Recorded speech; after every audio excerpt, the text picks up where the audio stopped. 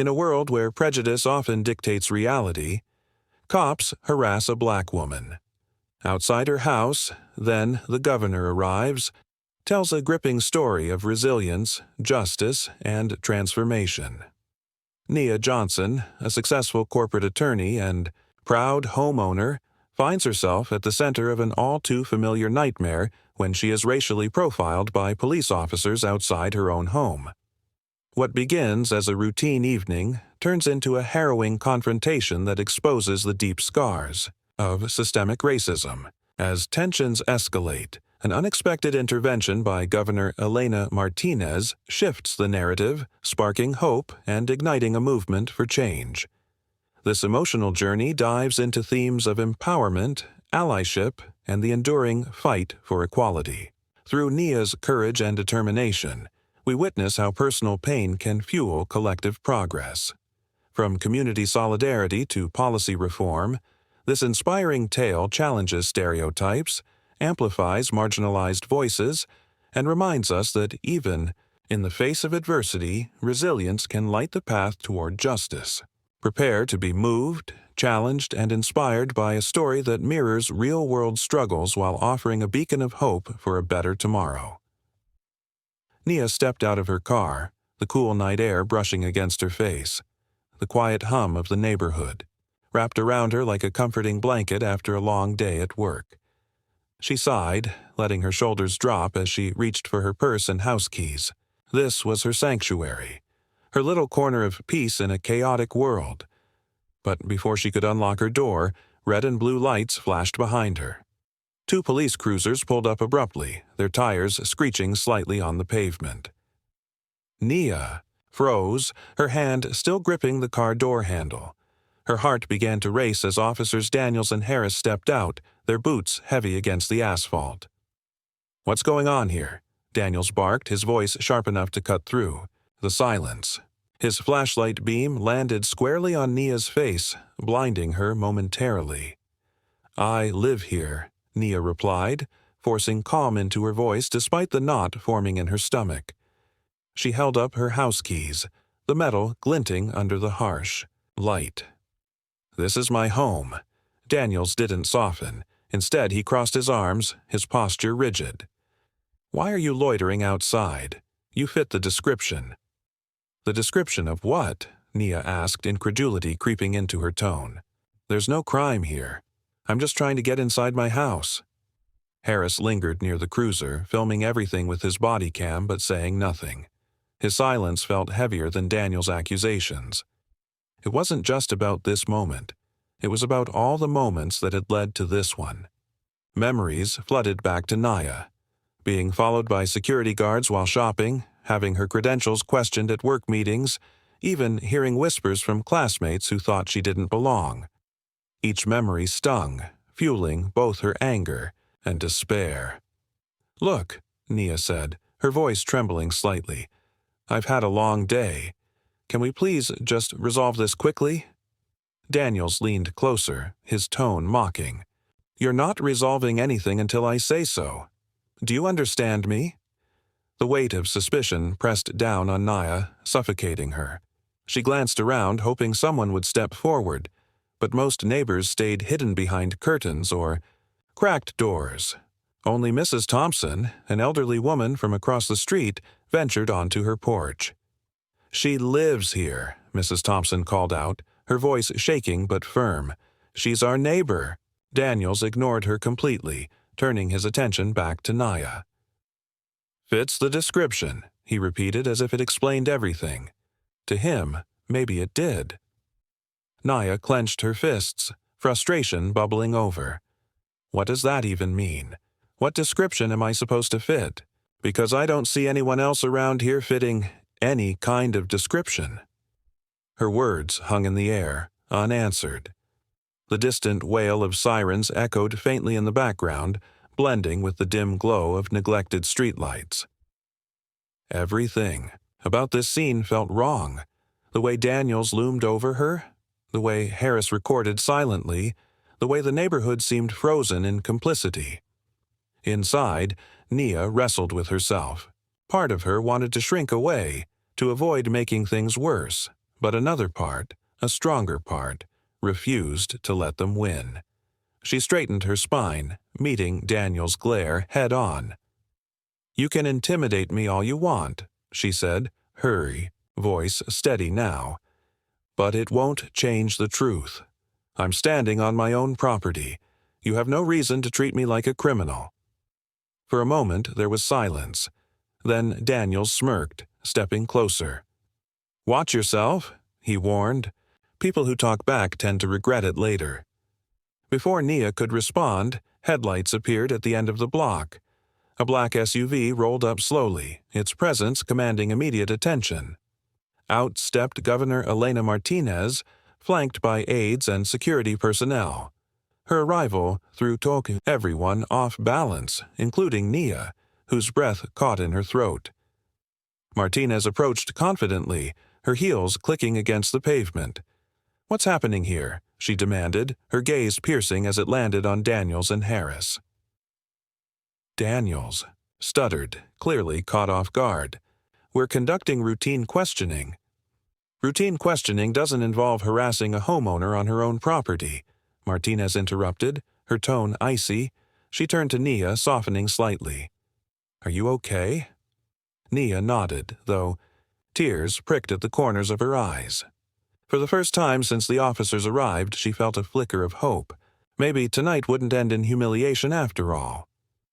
As Martinez dismantled the officers' excuses with precision, citing statistics and pointing out inconsistencies, Nia allowed herself to breathe again. When the officers finally retreated, defeated, Nia walked back to her porch, reclaiming her space. Martinez joined her briefly, offering words of encouragement. "This isn't the end," Martinez said gently. "But it's a start."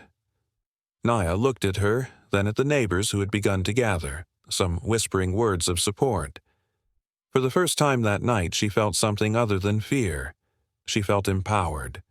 And though she knew the fight ahead would be long and hard, she also knew she wasn't alone anymore. Daniel's voice grew sharper, cutting through the night like a blade. "You fit the description," he repeated, his tone dripping with condescension. Nia's hands tightened around her keys as she fought to keep her composure. "There's no description," she shot back, her voice rising despite her best efforts to stay calm. "I'm standing in front of my own house. What exactly am I supposed to have done?" Daniels ignored her question, stepping closer until his shadow loomed over her. "Don't make this harder on yourself," he snapped. "If you don't comply, I'll have no choice but to arrest you." The threat hung in the air, heavy and suffocating. Arrest her? For what? For existing while black? Nia's mind raced, torn between fear and fury. She glanced at Harass, who stood silently by the cruiser, his body cam recording every word. His silence was deafening, a stark reminder that complicity could be just as damaging as outright hostility. He didn't say a word, didn't meet her gaze, just kept filming, as if documenting injustice somehow absolved him of participating in it. Inside, Nia's emotions churned. Memories flooded back unbidden. The time a store clerk followed her around like a shadow, assuming she'd steal something. The job interview where the hiring manager seemed surprised she had the qualifications they were looking for. The networking event where someone mistook her for catering staff. Each memory stung, layering onto the weight of this moment. Her chest tightened, but so did her resolve. She wouldn't let them break her. Not tonight, not ever. By now, neighbors had begun to gather, drawn by the commotion. Some stood quietly, filming the scene on their phones, while others shouted encouragement from across the street. Mrs. Thompson, frail but fierce, stepped forward, pointing a trembling finger at Daniels.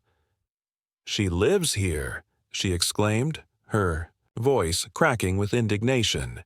"She's been here 5 years. She's our neighbor." But Daniels dismissed her with a wave of his hand, barely sparing her a glance. "Ma'am, this doesn't concern you," he said curtly, his focus returning to Nia. The dismissal stung, not just for Mrs. Thompson but for everyone watching. It wasn't just about ignoring one voice, it was about erasing an entire community's worth of truth. Daniel's aggression peaked as he leaned in closer, his face inches from Nia's. "Listen carefully," he growled, his breath hot against her skin. "You're making a big mistake right now. Cooperate, or things will get worse." Every muscle in Nia's body screamed to step back, to retreat, to avoid further escalation. But instead, she stood her ground, refusing to cower. "What crime am I suspected of?" she demanded, her voice steady despite the tremor in her hands. "Tell me why you're doing this. Why does this," she gestured to herself, "make me suspicious? Is it because I'm black?" Her words echoed into the night, resonating with the crowd and even catching Harass off guard.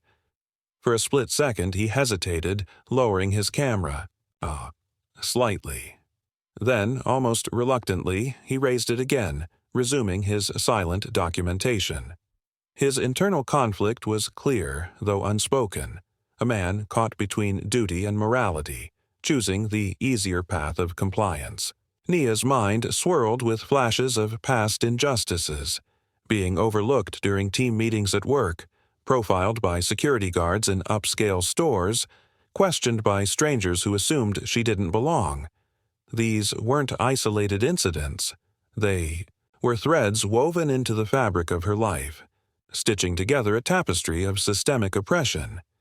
And yet, amidst the pain, there was resilience. A flicker of defiance burned within her, refusing to let these moments define her completely. As Daniels moved to handcuff her, the tension reached its breaking point. Neighbors exchanged nervous glances, unsure whether to intervene or stay back. Just then, headlights pierced the darkness. A black SUV rolled up slowly, commanding attention. Out stepped Governor Martinez, flanked by aides and security personnel. Her sudden arrival threw everyone off balance, including Nia, whose heart skipped a beat. The officers froze, their aggressive postures melting into unease. Daniels straightened instinctively, his earlier bravado faltering under Martinez's piercing gaze. Neighbors whispered among themselves, some hopeful, others wary. Would this change anything? Or would it simply delay the inevitable? For Nia, the governor's presence sparked a mix of disbelief and cautious optimism. Could this be the turning point she desperately needed? As Martinez approached, her heels clicking against the pavement, Nia felt a flicker of hope ignite within her. A fragile flame, but enough to push back against the suffocating darkness of the night. Governor Martinez strode forward with an air of authority that silenced the chaos around her. Her presence was magnetic, commanding respect even from those who had moments ago been wielding power recklessly. She stopped a few feet away from the officers, her sharp gaze locking onto Daniels and Harass. "What is going on here?" she demanded, her voice cutting through the tension like a blade. Daniels stumbled over his words, caught off guard by her sudden arrival. "Ma'am, we're conducting routine questioning." "Routine questioning doesn't involve detaining a homeowner." "Outside her own house," Martinez interrupted, her tone icy. She turned to Nia, softening slightly. "Are you all right?" Nia nodded, though tears welled in her eyes. The governor's intervention felt surreal, like a lifeline thrown into the storm. But Martinez wasn't done yet. Turning back to the officers, she pressed them further. "Explain yourselves. Why are you harassing this woman?" Harass shifted uncomfortably, glancing at Daniels for guidance. Daniels cleared his throat, attempting to regain some semblance of control. "She fit the description." "What? Description?" Martinez shot back, incredulous. "There's no reported crime here. No evidence. Just your assumption that she doesn't belong because of how she looks." Her words hit hard, exposing the flimsiness of their accusations. She cited statistics about racial profiling, her voice steady but charged with indignation. "Studies show black individuals are disproportionately targeted by law enforcement based on vague descriptions. You're perpetuating a system that devalues lives simply because of skin color." Daniels bristled under her scrutiny, muttering something under his breath as he backed away. "You'll see, there are consequences for challenging authority," he said, low enough for only Nia and Martinez to hear. The veiled threat hung in the air, a stark reminder of the dangers inherent in holding those in power accountable. Yet it only strengthened Nia's resolve. As the weight of everything she'd endured crashed down on her, she found her voice, not trembling or hesitant, but raw and unyielding. "You think you can intimidate me into silence?" Nia asked, her voice breaking as tears streamed down her face. "Do you know what it feels like to walk into a store and have people assume you're going to steal? To work twice as hard just to prove you deserve a seat at the table? To be told again and again that you don't belong, not just by strangers, but by people sworn to protect you?" Her words resonated deeply, capturing not just her pain but the collective suffering of countless others who had faced similar injustices. The crowd murmured in agreement, moved by her courage. Even Governor Martinez looked visibly affected, her expression softening further. "But tonight isn't just about me," Nia continued, turning to Martinez. "What happens tomorrow? When you leave, when the cameras go away? What changes? Are we supposed to wait for another governor to show up every time someone gets harassed for no reason?" Martinez met Nia's gaze, nodding slowly. "You're absolutely right," she admitted. "This moment cannot stand alone. It has to spark real change." She addressed both the officers and the gathered neighbors. "I'm launching an immediate investigation into this incident and these officers' conduct. And I promise you, I will fight for statewide reforms to ensure this never happens again." Her pledge ignited a ripple of hope among the crowd. Neighbors exchanged relieved glances, some clapping softly while others whispered words of gratitude. As the officers retreated, their earlier bravado replaced with unease. The tension in the air began to lift. Nia stepped toward her porch, reclaiming her space, the same space where she had felt so powerless just moments before. Each step felt deliberate, symbolic. This wasn't just her home, it was her sanctuary, her identity. By walking back to it now, she was asserting her right to exist without fear. Governor Martinez joined her briefly on the porch, placing a reassuring hand on her shoulder. "Thank you for standing up tonight," she said sincerely. "Your courage reminds us all why this fight matters. Change won't come overnight, but voices like yours keep pushing us forward." Nia managed a small smile, still processing everything that had happened. For the first time that night, she allowed herself to feel a flicker of hope, not just for herself, but for everyone who had ever been made to feel less than human. The road ahead would be long and difficult, but tonight proved one thing: resilience could light the way, even in the darkest moments. As the crowd dispersed and the quiet hum of the neighborhood returned, Nia stood on her porch, gazing out at the faces of her community. Though the scars of racism ran deep, she knew they weren't insurmountable. Together, they could build something better, a future where dignity wasn't conditional and justice wasn't selective. In the weeks that followed the incident, Nia found herself unable to shake the memory of that night. The flashing lights, the dismissive tones, and the suffocating weight of injustice lingered in her mind. But instead of letting it consume her, she channeled her anger and pain into action. She began organizing town hall meetings in her community, inviting residents, activists, and even local officials to discuss systemic racism and police accountability. First, attendance was modest, a handful of curious neighbors and a few outspoken advocates. But as word spread, more people showed up. They came with stories of their own: parents who had been pulled over without cause, teenagers who felt unsafe walking home, teachers frustrated by unequal resources in schools. Each story strengthened Nia's resolve. She realized this wasn't just about her. It was about everyone who had ever felt unseen or unheard. Her work quickly expanded beyond the neighborhood.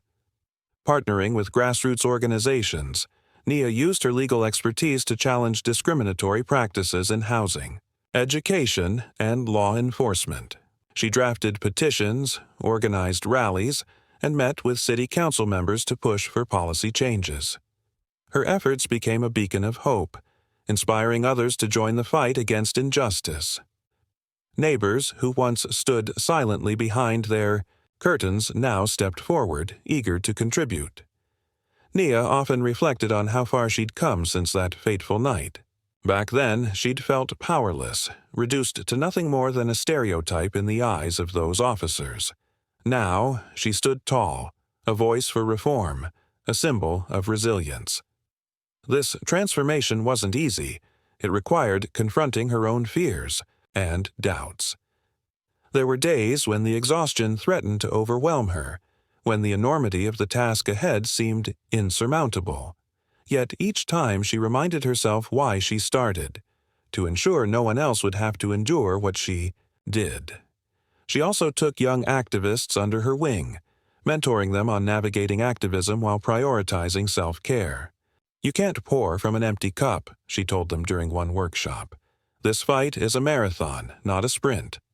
She shared her story at public events, speaking candidly about the indignities she'd faced and the lessons she'd learned along the way.